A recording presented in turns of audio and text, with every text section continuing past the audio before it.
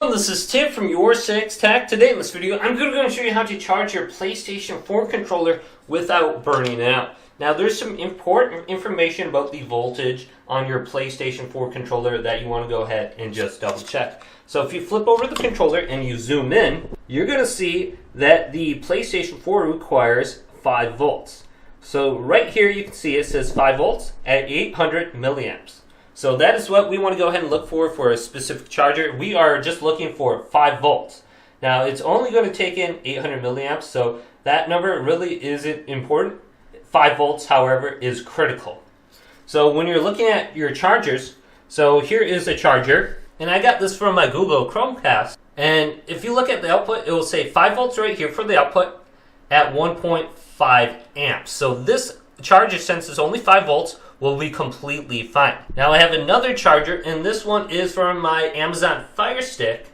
If you look right here for the output, it says 5.2 volts. This one will be over the requirement for our PlayStation 4 controller, and this could cause our battery to eventually burn out. Now some of these chargers are quick chargers, and it will say maybe 5 volts, and you'll think it's good, but in parentheses right next to it, it will say 9 volts or maybe a different voltage. That one you do not want to use because it has dual charging rates on it. You'll have 5 volts and it'll also charge at 9 volts.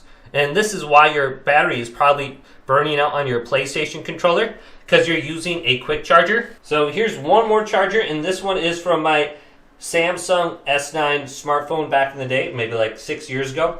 You can see the output is at 5 volts at 2 amps. So this one would also be good. So be very careful for any additional voltage or parentheses next to the output. So it only says 5 volts and it's not saying 9 volts. So hopefully this video did indeed help you out. If it did, leave it a big thumbs up and subscribe to my channel down below for more tech up videos coming up next on Your 6 Tech.